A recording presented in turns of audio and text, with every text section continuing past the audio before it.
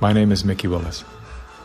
I'm a father, a husband, and an investigative filmmaker. I was raised in California by a single mom who did her best to care for 4 children on her own. As a child of the welfare state, I witnessed firsthand what happens to the psyche and spirit of those who become dependent on government assistance.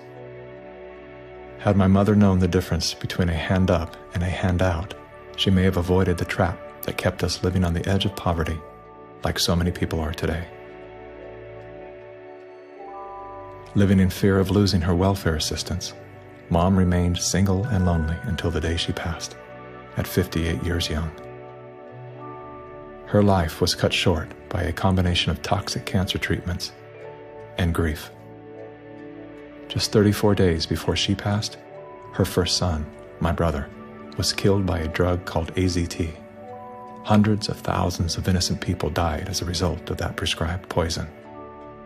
The pusher of AZT was none other than Dr. Anthony Fauci.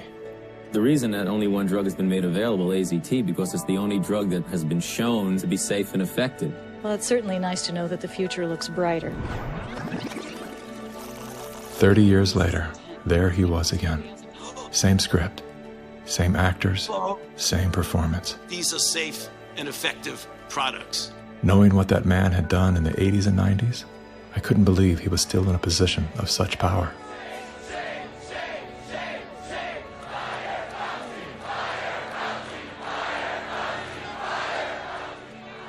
As the world descended into synchronized tyranny, I began to ask myself, how did they get everyone to go along with this? Great.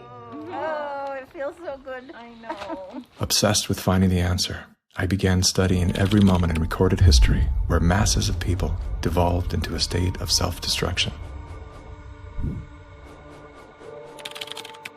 Down that rabbit hole was where I discovered the work of G. Edward Griffin. Gentlemen, again let me say welcome to our home. Since the 1960s, Mr. Griffin has been warning the world of the communist plot to overtake America. Yes, I know, communism. Mr. Gorbachev, tear down this wall. That thing we've all been told fell with the Berlin Wall. How do you measure such an astonishing moment in history? It was Napoleon who said, "History is a lie agreed upon." Ironically, there's no evidence that Napoleon ever said that.